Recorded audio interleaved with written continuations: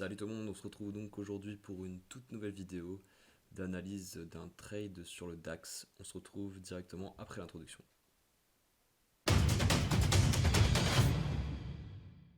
Donc pour commencer aujourd'hui, j'avais envie de vous montrer l'analyse d'un trade et tous les détails de comment mettre le maximum de confirmation de son côté et de A à Z un peu comprendre toute l'analyse qu'il peut y avoir derrière.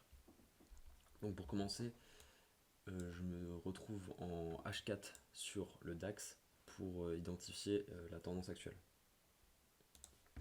On avait donc notre structure qui se situait à ce niveau-ci, et cette structure a donc été cassée à ce niveau-ci.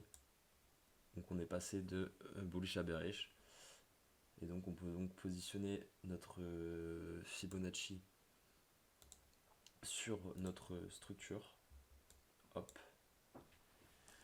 On va donc passer à l'analyse de zones potentielles pour une continuation de tendance. Donc là, une fois qu'on était à ce niveau-ci, qu'est-ce qu'on s'attendait? On s'attendait à ce que le prix retrace une partie de ce niveau pour pouvoir reprendre le prix à la vente, un trade à la vente. On a donc pris en compte les différentes zones de point of interest qui étaient intéressantes. On avait cette zone-ci qui était intéressante, très intéressante étant donné que le prix se trouvait sur donc, une zone de point of interest, qu'il y avait juste avant de l'imbalance, et donc c'était très pertinent. On avait également cette zone-ci, donc c'est tous les deux des points of interest qui étaient situés en zone intéressante, et on avait évidemment l'extrême PY qui se trouvait à ce niveau-ci. Donc lors du retracement, qu'est-ce qu'on a pu remarquer? Je vais passer directement en 1 heure. C'est que le prix donc s'appuyait sur un flag bearish, un canal de tendance haussier que les chartistes pourraient appeler un flag bearish.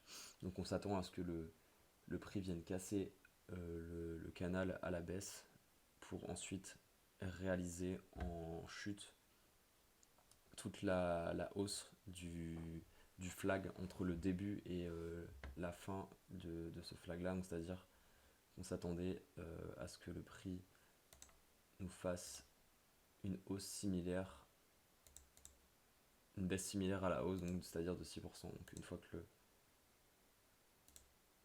le flag est cassé, on s'attendrait à ce que le prix revienne à 6%. Après ça reste un aspect théorique des chartistes, et je suis pas spécialement pro chartiste, mais parfois ça s'avère être pertinent.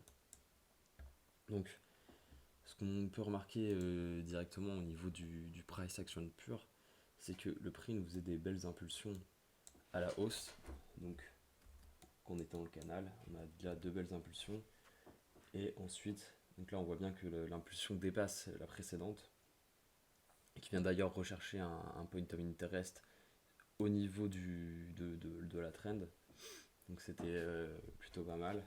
Et après, le prix commence à s'affaiblir, s'essouffler progressivement. Donc là, on voit bien qu'on n'a pas réussi à revenir break le précédent high, et la tentative suivante a réussi. Cependant, on voit bien que le prix, là, il a du mal. Il n'arrive plus trop à avancer. Il commence vraiment à s'affaiblir. Et le prix, qu'est-ce qu'il fait? Il vient s'affaiblir dans notre zone de point of interest. Donc dans cette zone-ci, qui était une zone très pertinente, comme je le disais, avec de l'imbalance juste avant, une zone des 0,61 Fibonacci, et donc le prix par la suite vient mêcher avec une belle mèche à ce niveau-ci. On aurait pu passer en 15 minutes, voire potentiellement un double top ou autre.